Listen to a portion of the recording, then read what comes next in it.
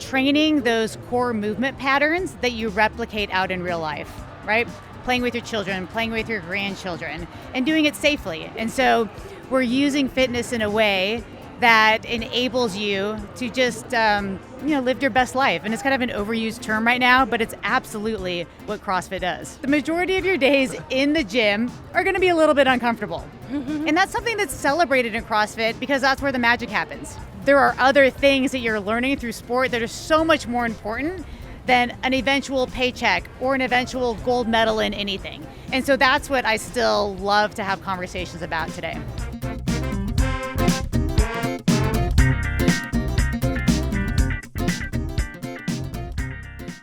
Heather, welcome to the Jedburgh podcast. Awesome. Thanks so much. Happy to be here.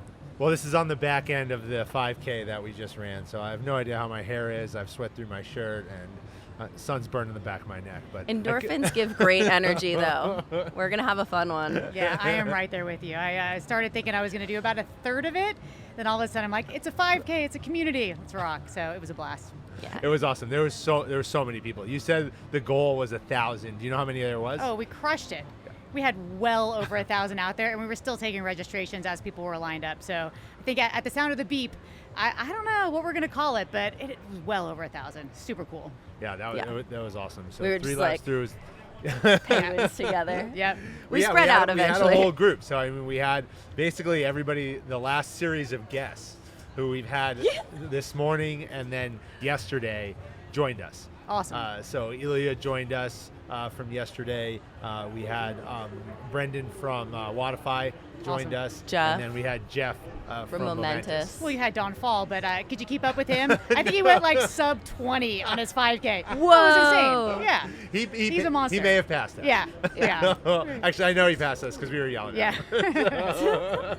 But the best thing about Don, and I told him this when he sat down with us yesterday, is when we talk about leadership and people who inspire others, they lead from the front.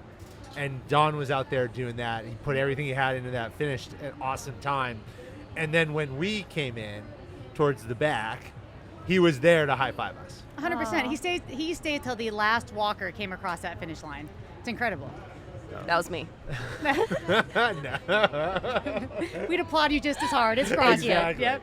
No, it was incredible. Yep. But really excited to sit down with you for a little bit, because when we talk about CrossFit, Jessie and I have gone through our CrossFit journey this year, thanks to you and CrossFit and Don and everybody, and we're so appreciative of all the support that you guys have given us, and the opportunity to go to the Level 1 course in February was so eye-opening for someone like me who's been in and around CrossFit, never thought to compete, but just did it as recreationally, right, as my workouts, but never actually got trained and never actually sat in a seminar and said, this is how you don't hurt yourself when you're doing some of these things, and this is how you really progress and train the nutrition and bring it all together. And then also be able to expose Jessie to it was just an awesome experience. Yeah, I mean, the Level 1 is just such an incredible weekend. And I've actually done both the online version of the Level 1 and I've done the in-person twice over the years here. And there's just nothing like it. And as much as you want to try to explain it to someone, you just want to grab their hand and say, register, go do it. I can't explain it. I've never met anyone that has regretted their Level 1 experience. The instructors were what really blew me away, because I come from a background, 13 years in the Army and in Green Beret. What do? We're teachers. We're instructors. We teach foreign armies, foreign militaries to be the best they can be, in addition to our own soldiers. But the level of professionalism that they display every moment of the course was really unbelievable to watch, and it's a testament to the coaching program that you've developed. But you talk for a second, in a minute I'm going to have you define CrossFit, but just talk for a second about why the coaches are so important to the program and the investment that goes into that development. Yeah, I mean, the coaches are at the heart of everything we do, right? Those that own affiliates are the coaches. Those that are coaching the athletes on the floor every day are those coaches from our Level 1s, Level 2s, Level 3s, and Level 4s. And some of those folks have been within the ecosystem for 15 plus years, and others maybe have just taken their Level 1. And there's this mutual respect about going through the process that is part of it. And so whether somebody has a Level 4 patch or a Level 1 patch, they can speak the same language and learn from each other. And I think one thing about the trainers that you encounter, not only as on seminar staff, but also in our gyms, is that expectation of feedback. and it kind of permeates CrossFit HQ as well, is that, we are held accountable. What those seminar staff go through to get to the point where they're on the floor, or maybe they're even a flow master, they are constantly receiving that feedback and giving feedback, and it's not personal. And so that's something that is also so important when you're coaching athletes, is taking that separation from somebody's ability to squat to depth, separate from who they are. And people can take that really personally. And so I think our trainers and our coaches kind of have that as part of who they are, and it's drilled into them. And they're excellent, not only in helping other people develop as coaches, but also taking that concept of movement versus developing a relationship with a person, and kind of using that within how they interact with people in the gym.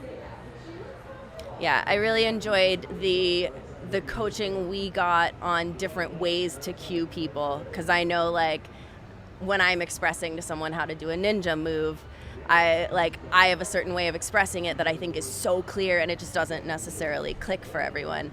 But having a whole bunch of examples of here's different ways that you can cue someone. Yeah, for sure. And some of the things that you probably saw in your level 1 and become more prominent in the level 2 is really that kind of triaging of the movement, taking an athlete wherever they are in their journey. And this is what any teacher will do with any sort of topic you're teaching, and taking that most egregious thing that needs to be fixed, whether it's a safety issue or a major movement pattern deficiency, working on that first. And so having our trainers be able to take a look at someone and instantly identify the order in which you'll help somebody move better is just something that, more reps. You need more reps. And so practice coaching, practice watching people, and being in the gym is how they're going to get that. Yeah, Yep. It takes a lot of practice. Yeah, for sure. Yes. All right, I'm going to throw it out there. 99% sure I'll get it right, but I'm going to leave a little room there for error, and then I want to talk about each of these components. But functional movements executed, functional movements constantly varied, executed at high intensity. Yeah? Yep. I remember. There you go. You're good. You're good. You got it all there. We flipped a couple around. We got all the keywords. Yeah. Let's break those down for a second, because in your role in Director of Sport Operations, this is where it all comes together. Yep. How do we put these workouts together for the masses, for the elite athletes, and why? So when we talk about functional movement, what are we talking about? So we're talking about movement that helps you live a longer life in which you're able to do the things you want to do. And it simply is from, hey, I didn't know I was going to run a 5K today, but you know what? A little bit of stretching, and my fitness base is solid enough that I could go out and do that. And so what I'm doing in the gym is getting me there. It's making sure that I can get my groceries in from the car, later in life. It's making sure that I can reach that, that plant that I need off the very top of my kitchen cabinet, deadlifting. And so it is training those core movement patterns that you replicate out in real life, right? Playing with your children, playing with your grandchildren, and doing it safely. And so we're using fitness in a way that enables you to just, live your best life. And it's kind of an overused term right now, but it's absolutely what CrossFit does. I don't think it's an overused term, because the Army, and we're sitting here in front of the Army truck, right, went back to be all you can be. Yeah, for sure. And they didn't do that because somebody woke up one day and said, let's just go back to be all you can be, because that's where we are as society. We need to build people who, in their own way, are tough and are strong and are willing to take on today's challenges, because there are so numerous. But that starts with not necessarily thinking about having to be the best ever, but can I be the best version of myself? Yeah, for sure. And what's the journey by which I can put myself on, the path that I can go on in order to do that? And that's going to be different for every single one of us. And you're creating a program that allows people to do that. Yeah, and it's not just about kind of that physical expression of it, but it's the health markers. It's everything that comes together from the work you put in the gym. And you just talked about it. It's the grit. It's the being okay with some challenge, right? And some of the other word that you mentioned earlier in the definition is that idea of intensity. And so that's really one of the things that separates CrossFit from so many other fitness methodologies, is that we will have recovery days. We will come in and have days where, maybe you're not going to work quite as hard, but for the most part, the majority of your days in the gym are going to be a little bit uncomfortable, And that's something that's celebrated in CrossFit because that's where the magic happens, right? That's where you see transformation and change, not only physically, but also mentally. And it's just something so special. And when you add that community aspect to it, both in the gym or what we just saw with 1,000 people running a 5K, I mean, there's nothing like it. So you hit the first and the last part. What about constantly varied? Why is that so important to the programming? Yeah, and so I think people confuse the concept of constantly varied with like totally random chaos. And that's not what it is, right? Right. And so there's definitely this methodology behind it. And those at the company that really hone in on programming for us all day long, I mean, they're creating workouts of the day on our main site in a very structured and methodical way. The 5K, again, it's like, that is the most programmed workout on CrossFit main site. And CrossFit main site still has a free workout every single day. And so I use it. Yeah, as much as, like we want people to be in affiliates. Affiliates in that coaching is incredible. But for those that don't choose that path, there is still a free opportunity every single day to, dive in, and including not only, it has multiple versions of the workout. And so you can come along as a CrossFitter and see the benefits of it, not necessarily having to be in an affiliate, but just even through that, workout of the day. And so constantly varied overall means short workouts, long workouts, gymnastics movements, monostructural movements, the run, the jump rope, and then pull-ups, the gymnastics. And then we have things that are strength components. So we have our traditional deadlift, bench press. We also have Olympic lifts like snatch and clean and jerk.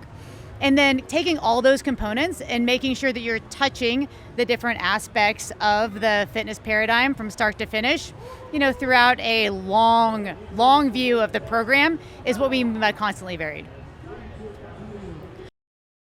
You do CrossFit for 2 or 3 months, you might not see the numbers change on the scale, you might not feel like, but if you can show people with data, like you're actually improving, you just hit a PR, you're getting better. Gym owners were able to just basically click a button and get all the resources and tools that we were using for our gyms at a fraction of what it would cost them. Like if gyms provide a better product on the floor by having better coaches, their business is going to be healthier. They're going to have better retention and have all those other features. And coaching is a skill that needs to be developed. We are, I would argue, the most product-focused company in our space. And the way we create value is by we build products. In 2012, we told gyms to put TVs on their walls, and we got laughed at an event. And go in any CrossFit gym in the world now, and you're probably going to see a TV on the wall. But we're just constantly pushing the envelope with innovation.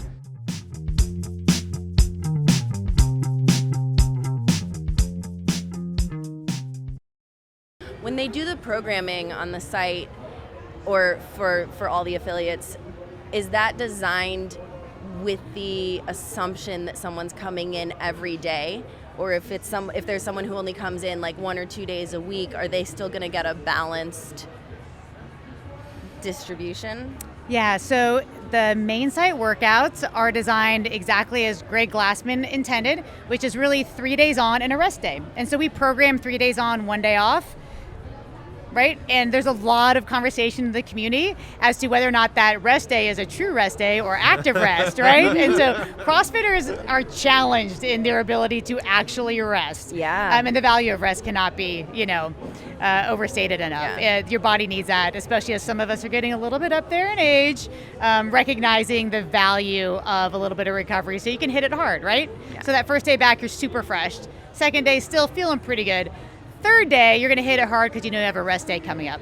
And it really does kind of settle in like that over the long haul. Yeah, definitely. I had to switch around the idea of rest day in my head, and I call it intense discipline. And I have to remind myself that not everyone has the discipline to take a recovery day when that's the healthiest thing to do. And when I phrase it that way, then it sounds like a more elite way to go that takes discipline and effort, and that makes me more inspired to do it because it is so challenging when you want it so badly, when you want to be your best. Yeah, I love that. And nothing like, a little bit of yoga, a little bit of stretching. Yeah, that takes discipline. Those kind of things, yeah. Like CrossFitters have trouble shutting the old brain down and just relaxing a little bit, and it's important. Yeah, I mean, there's such a strong reward of endorphins when you're pushing to your limit. Yeah. And something like yoga that's still very hard, but doesn't necessarily have the adrenaline with it, can be even more challenging because you're not getting as much of that like chemical boost while you're doing it. So in a way, it takes way more discipline to do, for sure, in a way, the less intense exercise. It is definitely, I force myself to take that time when it is the rest day. Got to get a little bit of recovery in with with stretching or yoga, for sure. All right, so 3 days hard, 1 day off is sort of the cycle. Mostly, yeah. That's how it's programmed. Yep. So it's not even like a weekly structure as much as a 4-day cycle. Yeah, each of the affiliates, out there with over 13,000 affiliates around the world, everybody has a little bit different take on that. Some gyms actually program a little bit easier days, knowing that members have trouble not coming in, They just do. Some sell punch cards, 3-day-a-week punch cards, right? And people's lives are just busy. Everybody's in different stages of life. So I think if you hit it hard every day for too long, you'll learn the hard way that there has to be something worked in. I can attest to that. Yep. Me too. We've been there. Let's talk about sport within CrossFit, right? Sure. The department within CrossFit.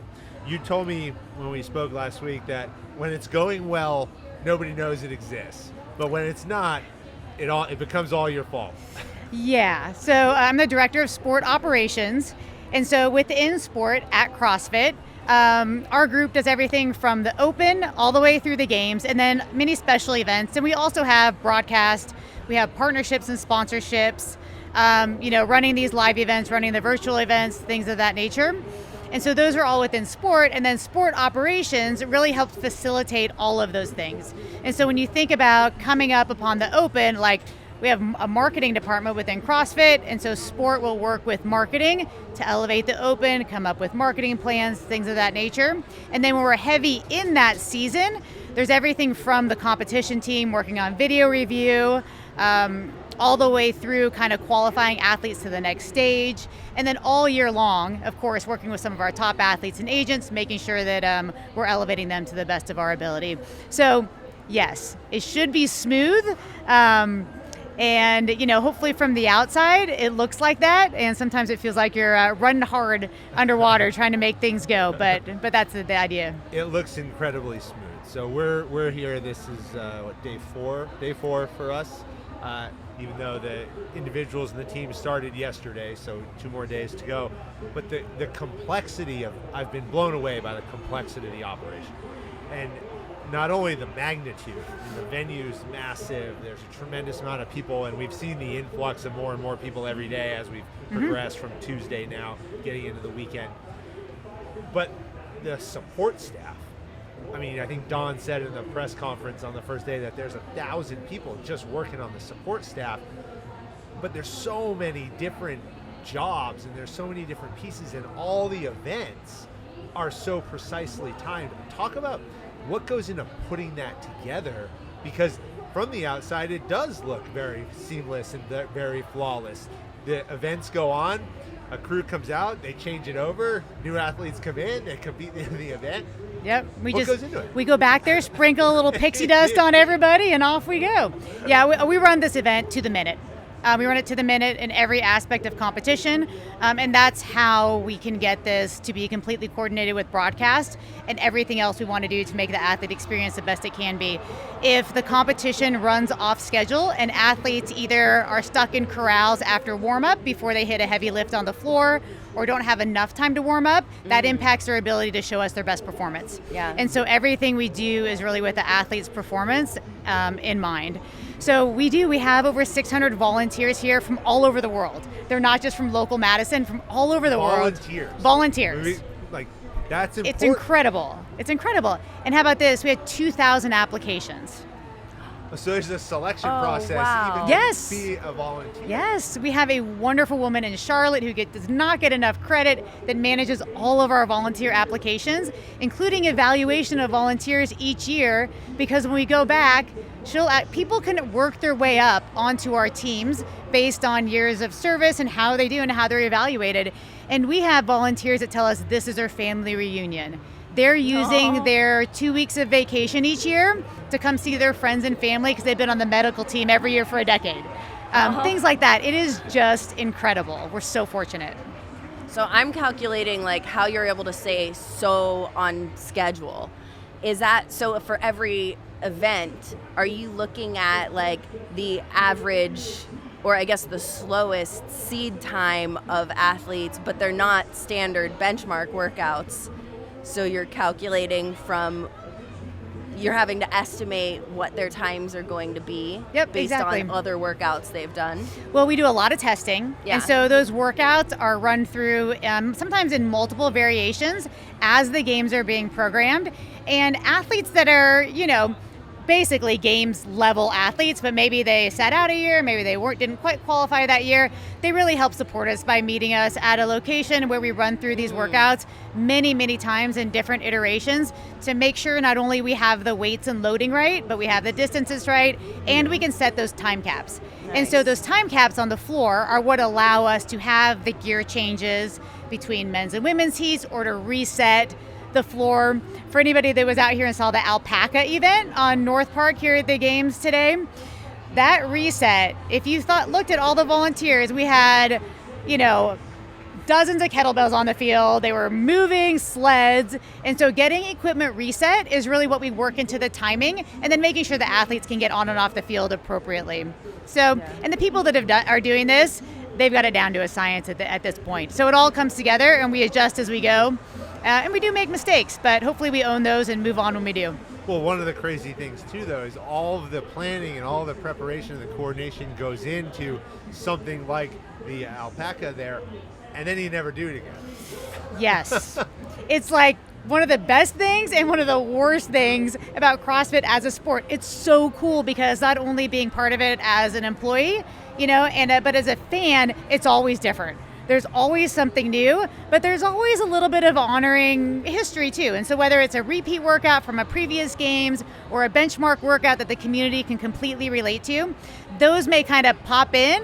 But when you're talking about all of our masters athletes, all of our teenagers, all of our adaptive, and then our individuals and teams, I mean, every workout's different, every floor plan's different, every sign that our signage crew is making on every little chess piece that athletes are running around, I mean, every detail is thoroughly thought through. Well, we had a chance to go back into where the operations are happening the other day when we were loading in.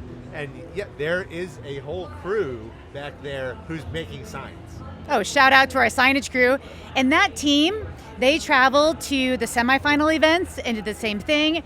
Everything that you see on broadcast or here on site at games, when you see behind the bleachers a logo, all of that is custom made each time we come to the games. And all of that is to elevate our partners and honor what they do for us. It's to make sure that every athlete's name is spelled right, like everything. It's so incredible how they transform this campus and put on such an amazing show for everybody. Can we talk a little bit about your background as an athlete and how that led you to this? Sure. I think most CrossFitters have some sort of competitive background in something. Mm-hmm. There's just something about it that draws you to CrossFit. And so I grew up early as a gymnast, and I heard you kind of say that a little bit, switched to diving, and kind of a niche sport. Not a lot of people go around and can say they were a diver growing up. But did springboard and platform diving as a kiddo, and then also through college and on the U.S. national team. So had a great career, enjoyed it, went to the University of Florida as a college student athlete. And that's really where my love of kind of sport business began, was the opportunities I had there as an athlete to interact with what the staff in the athletics department were doing. I just kind of learned from them and fell in love with it. Yeah. And can you talk about your book? Because basically it's about transitioning from a student athlete to a professional at something, right? Yeah. Well, you said in the book says that 99% of student athletes become professionals in something other than athletics. 100%. Yeah, it is. So student athletes, starting from high school and even younger now, there's this messaging about some end game in athletics, that there's some outcome or finish line. And I just don't think that's the case. And so my athletic career, I experienced this, where after a great career as a college diver, as a Southeastern Conference champion, NCAA All-American 3 times, many-time national team member, competed internationally, wouldn't trade it for anything. But man, as soon as it was time to move on and I chose to go to graduate school instead of stay for another Olympic trials, when that athletic, that structure, that 5 a.m. workout, tutor, all the things that go along with that, I was pretty lost for a while there. And I was able to kind of get myself out of that situation and refocus in some other areas. But I started to look around and realize how many of my contemporaries that were student athletes, football, baseball, basketball, when that athletic career ended, they were a little bit lost. And, that is a long time ago now, right? Like well over 20 years ago now. And it's something that's really stayed with me. As I went through my career, both as a faculty member in sports administration and also working in college athletics, it's something that has stuck with me as a passion to help mentor young athletes and as early as possible help them understand that there are other things that you're learning through sport that are so much more important than an eventual paycheck or an eventual gold medal in anything. And so that's what I still love to have conversations about today. So what are some of those things that are the most important that we can gain through sport that are not just for sport? You've got 20 of them. I do. Oh, Maybe we can hit a couple of them. Okay. And maybe if you have some. Yeah, what's your top? The term student athlete is used a lot. And that is when you're in college, there's this emphasis that you're a student athlete. And I don't think there's anything wrong with really thinking about yourself as an athlete, right? Mm-hmm. However, that student part, there's so many opportunities you're given. And whether you're in college or you're an athlete and you have opportunities to interact with people that are strength and conditioning specialists, leaders in their space, coaches, older athletes, right? You have these opportunities that are not afforded to everybody to build relationships and learn from those people. And when you can surround yourself with people that will dive on a sword for you in other areas of your life, that is something that is, exceptional within the athletic realm. There is something about a shared mindset of kind of doing hard things within a sport that helps people keep these relationships going well after their time as an athlete. So one of the tips is really to leverage that experience around your athletic endeavor to build relationships in a way that way outlasts your time as an athlete. And so I think that is just, we say, things just take reps. Like really that's just practice. It's understanding that when you have a chance to get to know someone, you're getting to know them and you're not just getting to know their athletic performance. And so learning that as a 16, 17, 18, 19-year-old is hard because in your head, you've been told that there's this outcome of some sort of professional contract or whatever that next thing is in your sport. And so I think that's one, is that it gives you an opportunity to meet people you might not otherwise get to know and develop relationships that are deeper than just surface level. I want to ask about today's youth, because you also spend time as an administrator at universities and college and a professor. What do you see out of today's youth? We talk about this a lot, right? I think there's two conversations that are being had. One is that today's youth lacks grit. They're not tough. We've built a society of complacency, of ease, of finding the hack, making it easy. The other one is that every generation was looked on by the previous one as they're lazy, they're incompetent, they can't do anything, and yet it seems that every generation at some point has their moment where they have to stand up. And as Americans, we've really never failed at that. What do you see as you work with today's youth and their development and desire to be leaders? Yeah, I think it's been really interesting. We can lump everybody together and talk about this a little bit. But from, when I see students coming in from high school, number one, they're coming in a lot of times well ahead academically because of all the opportunities that exist in high school for AP credits, things like that. However, they're coming in lacking some of the independence and ability to kind of understand the work it takes to truly kind of set themselves apart. And so there's an expectation of things being given to them instead of earned. And that is something that, whether you're talking about grades, right? I mean, I had parents of college students call to complain about their child's grade, like a 20-year-old, you know? Like, I don't really know. And like the child, you know, the kid's not even, like, doesn't bother them. Right? And where you think, like, we'd be like horrified maybe if our parent like made that call, right? It's like just part of it. And so doing things on their own and being able to push through when things get hard. And I think that's where athletics comes in as well. One thing I do see with student athletes is a much better ability when the going gets hard to struggle through it, because they have been in a game where they had to come from behind or they flat out lost and had to deal with it, right? And many students that have not had that competitive background really give up. Like, they turn to the easy way out, which is cheating or doing the absolute bare minimum instead of like taking this sense of ownership and really trying to, do what it takes to be more than average. What can we do as the generation now who's got to kind of is the responsibility to develop them? I mean, what's our role in that? Because we do have a responsibility. Oh, absolutely. And I mean, as a parent too, right? This is something. I got 3 of them. Yeah. And so this is like no joke. Here's what I'll say though. You look around here at the CrossFit Games and go back to the 5K. I mean, you saw those kids digging deep. There were kids out there. They were crushing it. One little girl came across in Crocs. She ran a 5K on a cross country in Crocs. It was incredible.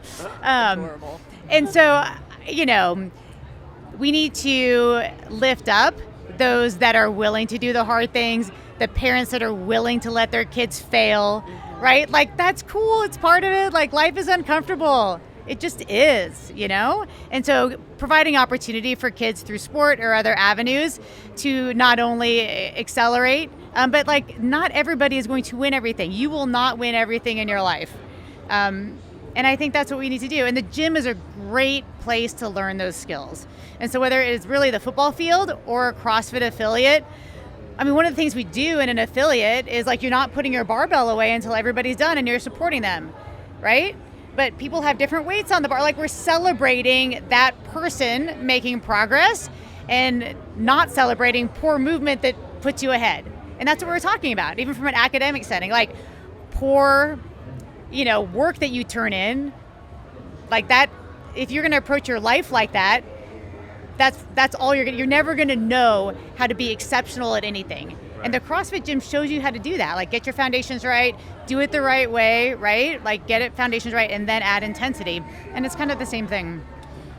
We had Jason Khalipa joined us this morning. Awesome. Before he goes and we told him he's going to go be famous on ESPN. Oh, he is going to be famous. He does an awesome job for us. He's killer. Yeah. I was so excited when that was announced.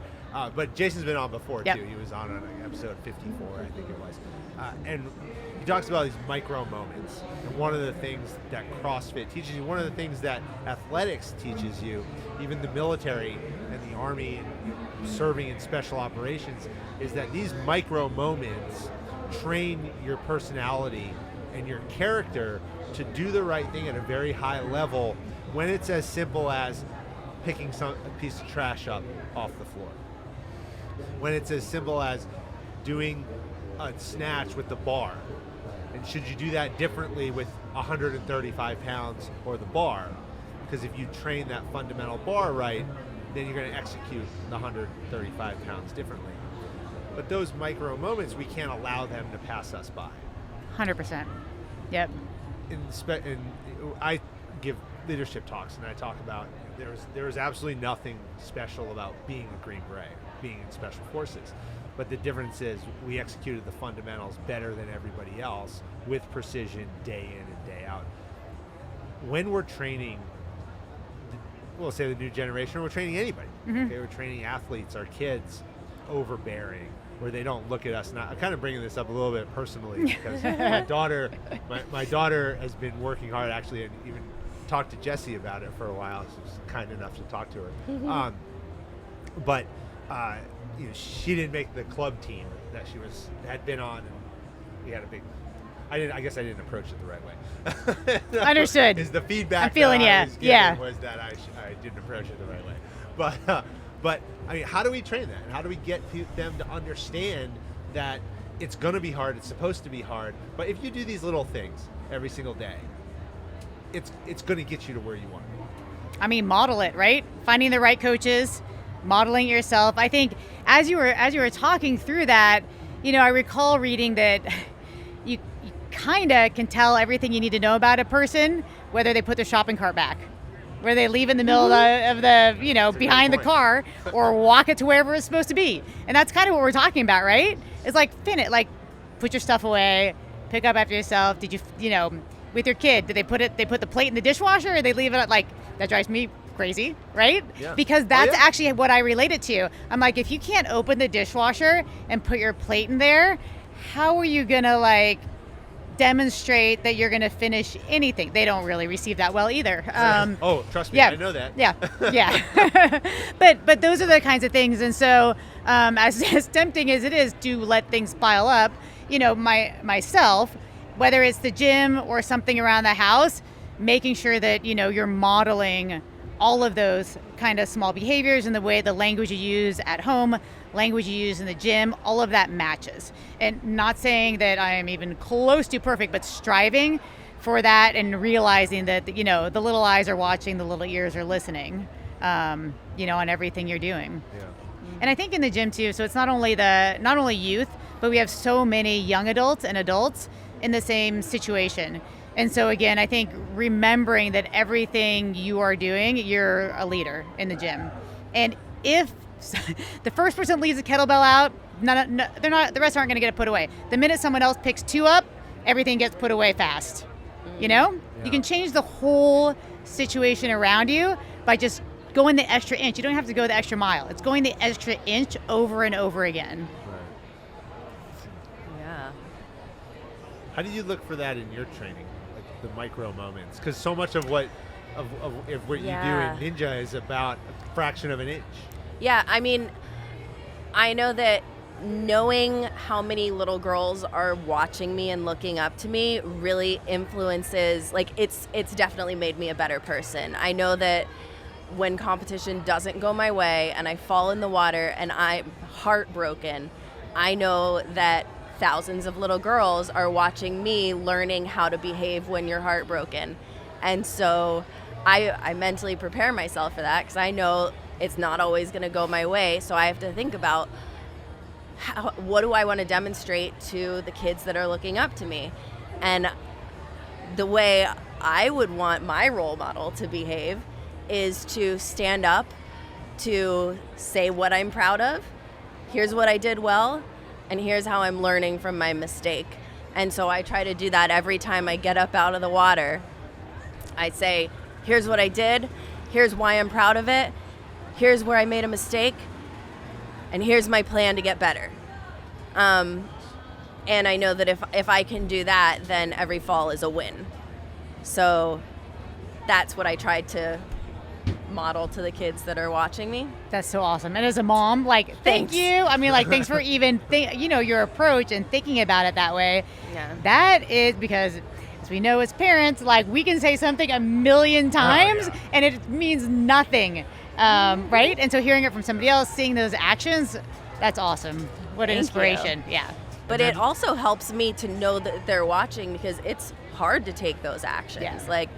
Because I am heartbroken when I fall in the water, but having people looking up to you really almost makes it easier to make the healthy choices, because you're not just doing it for yourself, you're doing it for those who are watching. Yeah. And it's okay to be upset. You should care deeply about what you're doing, right? So yeah. But knowing that I learned from the mistake and now I have a plan, and that mistake is ultimately going to make me better in the future, makes it hurt a lot less. Yep.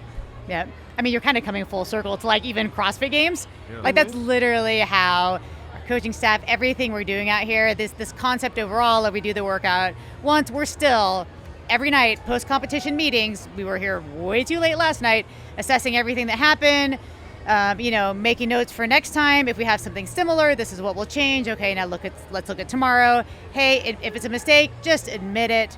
Let's see what we can learn and move on as a team, and that kind of thing, right? And not sugarcoating things. So that's great. It's like you were reading my mind, because I wanted to go into the team piece for a second, because a lot of the concepts in your book in 20 it ties in the team. Yeah. Right, because we learned so much from being a part of a team. The CrossFit corporate team staff's very small, and you're doing a tremendous amount with a very small staff. Yeah. Special operations truth number one: people are more important than hardware. Everything comes down to people. There's characteristics that are used by a special operations command, 9 of them specifically, to evaluate and assess talent. We've used them since the Jedburgh teams of the 1940s, who jumped into Normandy, and they're occupied lines behind Normandy, and they're used today, whether you're going to be a Green Beret, an Army Ranger, Navy SEAL, it doesn't matter, because we're always assessing character, because character is what predicts behavior, especially when things are not going well. Right? New challenges are coming to CrossFit, because I've been here in Madison for 6 years, and now it's announced that you've got to figure out how to do this in a multitude of cities, but it hasn't been announced yet. Are you going to do multiple years in a different city? Or are you going to change it every year? But we know exposure matters, so probably your duration in certain places will be much less than 6 years going forward, which means you're going to have to figure it out and how to do it in multiple places. As you look forward, and you have to assess your team and what you need from your team over the course to get through the rest of the weekend first, but then make that transition for the organization, what do you look for in your teams? Oh, first of all, we have got the best team. Overall, I mean, they're gets me like super emotional to watch people at their best here. The team, we are built for excellence. If there was not some sort of change, or we would never stop. So say that, we were coming back to Madison. Every year we've tried to elevate it here, right? And 6 years is a long time in one location. It was never intended to be that long in Madison. It is time for a change. And what's cool is that everybody's in, we're so down for that challenge. I mean, to be honest with you, it'd be easier to come back here. We know exactly where set of bleachers goes. We know exactly where to park the Army truck. It's been here for the last 4 or 5 years, right? And that's the truth. We've got it all mapped out and good to go, and we get a little better every year. And so we're going to be blank slating it and really seeing what works, and the format may change a little bit. And everybody's really excited by that. The team is under Dave's leadership, and Justin was an amazing leader of the sport team as well. Under Dave's leadership, everybody will contribute. And the team is small enough that everybody gets a voice. And when you have a voice in what happens to the biggest event of the year, you've got some ownership in it. And you're accountable to it. And you better perform. There are high expectations from the community, and also what we put on ourselves, and what Dave rightfully should be putting on us as a team to execute everything from the programming to the choice of venue, and where we're headed in the future. And so we don't take that responsibility lightly. There are millions of CrossFitters out there in the world, and if we let our attention to detail slip a little bit, that impacts our community, not just that event. So it's a great responsibility, and there's not a better group of people to tackle this kind of next era of CrossFit and what the games are going to be. What do you think are some of the most important qualities that you can develop as a person through athletics, outside of the physical strength and skills that you're gaining? What do you focus on learning, or just find that you do learn? I think that, the gracious losing is really part of it. Yeah. It doesn't matter if it's a team sport, one team's going to lose, or the CrossFit Games with 40 athletes, there's one winner. That's the reality of it. So the odds are not great that you're going to be the champion all the time, Right, yeah. And so, learning how to do that, I think it is incredible. I think adjusting to change. I think being okay with, in sport with the physical discomfort, but also humans are creatures of habit, and it is a whole lot easier not to make the change. And so I think that what you develop through sport, when coach brings in a new play, or you have to learn, in my sport, diving, a new dive off the 10 meter, your body's never gone through that before. Yeah, right? You have to try, you count to 3 and heave yourself off the thing and hope that your training kicks in, right? And so I think, being okay with change, and sport events, whether it's a weather delay, right? All of those things that are out of your control within a sport event set you up for business situations or whatever career you choose, and that last minute thing you have to redo, and do it with grace, right? Like, you're not going to stomp off the field because coach puts you in a different position. Same thing at work. Like, you suck it up and do the thing and move on. And so I think some of that, being willing to adapt, being willing to go all in, all of that comes into play. Definitely. It's character. Yeah. It comes down to character. Yeah, we can just summarize it. Everything's character. Yeah. Yep. And it's called VUCA, so volatility, uncertainty, complexity, and ambiguity. Yep. And we develop leaders in organizations, and whether it's athletics, the military, or companies. We develop teams of leaders who take action in a VUCA environment. Because when our company's making money and everything's great, we're not getting shot at, and we're winning every event, everything's great. There's no problems. Yep. Anybody could do that. But that's not reality. Right. It's never like that. Rarely. Hold on, what's that again? VUCA? What are the words? Volatility, uncertainty, complexity, and ambiguity. Love it. That's great. That's where we live. Yep. And that's what CrossFit is. We go back to the definition of CrossFit. That's right. Volatility, uncertainty, complexity, and ambiguity. Are you willing to do the best that you can do, to be the best that you can be, when you have no idea what you might be doing? You got to Sounds do it like well. stunts. That's it. Yeah. There you go. There you go. Exactly. Ninja. Yep. All of it. Yeah. So. All right. Test question. Last question is test question. Oh man, listen, I want you to reevaluate this and make sure I've been out in the sun for like 5 days now. Well, a little bit of a grace period here. The Jedburghs of World War II had to do 3 things to be successful every day. They had to be able to shoot, they had to be able to move, and they had to be able to communicate. If they did those 3 things with precision, they were their habits, their foundations, their fundamentals, the micro moments, then their energy and their focus could be on broader challenges that came their way, more complex challenges that came their way throughout the day, like training the French resistance to defeat the German army. What are the 3 things that you do every day to set the conditions for success in your world? It's a great question, and honestly not that hard to answer for me, because I do live in this space. So it's appreciating the people around me. And so whether that is something intentional at home with the family or something intentional here at the event, appreciation of people and respect for the work that they're putting into this. And it could be as simple as a smile to an event volunteer, and understanding who they are as a person beyond the event staff shirt that they have on that day. I love hearing people's stories. And the second is taking responsibility when things don't go right. Owning it. Good one. And owning it for people that are under me on a, technically in an org chart. That is my job. If it is more likely I did not communicate it well than it is that they actually made a mistake. It's that I didn't set the right expectations. So that would be number 2.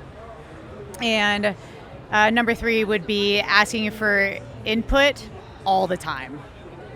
And our team at HQ is exceptional at cross-pollinating for input outside of our true lanes of responsibility.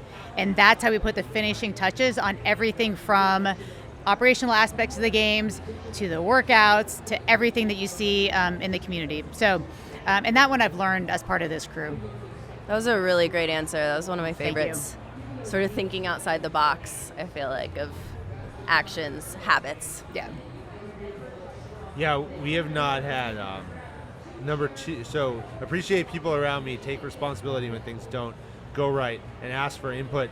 I hands down know 140, however many episodes we have total. Nobody's ever given take responsibility when things don't go right. Cool. Yeah. And that is so important when we talk about leadership, when we talk about building effective organizations, leading from the front. Because you're right, 9 out of 10 times, nobody gets in their car, drives to work, and says, I'm going to suck today. Right. I'm going to screw everything up, get yelled at by my boss, and have a terrible day. But what we often default to as leaders when things don't go right is, that person sucked today. Right. When the first thing we need to do is say, how could I have prevented what just happened? Did I do something? Sometimes that answer is going to be no. Yeah, for sure. And that's okay. Yep. But we've always got to ask ourselves that question first and approach that conversation in that way from the start, because that's what's going to empower, grow, build the team. And as leaders, our job is to empower and get those people in that room to work for our mission because they want to, not because we told them to. 100%. Our job is to help them get to the next thing they want to do, whether it's with you or elsewhere. Like, that's the deal, right? Make them the best they can be.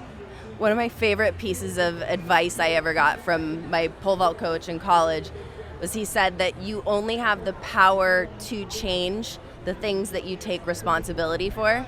So even if only 1% of it is your fault or under your control, owning that 1% gives you the power to change that 1%. So like if I miss a pole vault because there was a headwind, if I blame the headwind, I have no power to change my result in a headwind again.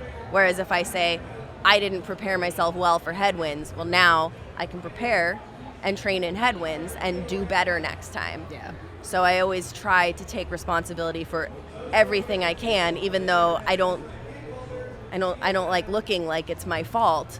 But if I own whatever part of it is mine, then that's something that I have the power to change. And when you are a leader, you need to take the control. That's a great example too, from a sport perspective. Yeah. Cool. Well, they're in a break right now. I know that the competition ended for a little bit, and I've seen the masses come back out. So we gotta let you get back to work. Awesome. Really appreciate you taking a good amount of time and spending it with us today. Yeah, awesome. thank you Thanks for to all you your both. wisdom.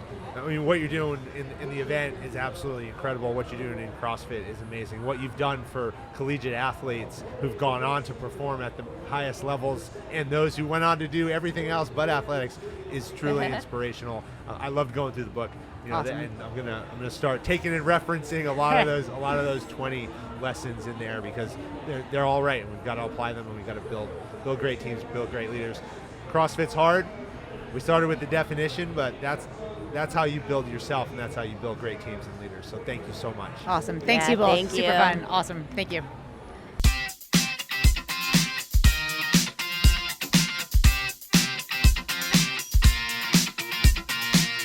American Jedburghs went out to form the foundation of the United States Special Forces and the Special Activities Directorate of the Central Intelligence Agency. Thanks for listening to the Jedburgh Podcast. I'm your creator and host, Fran Racioppi. Join us next week for a new episode on Apple, Spotify, or wherever you get your podcasts. Check us out on YouTube for full episodes, highlights, and other behind-the-scenes content. If you like what you heard, give us a like and leave a review. Follow me, Fran Racioppi, Jesse Graff, Talent War Group, and our CrossFit Games sponsors, U.S. Army, Wodify, GoRuck, and Hero Coffee on LinkedIn, Instagram, Facebook, Threads, or X. Send your comments and inquiries to fran@jedburghpodcast.com. As a former member of Special Forces, the Jedburgh Podcast donates a percentage of all proceeds to the Green Beret Foundation, supporting America's Special Forces and their families. Thanks for joining us on this episode. How you prepare today determines success tomorrow.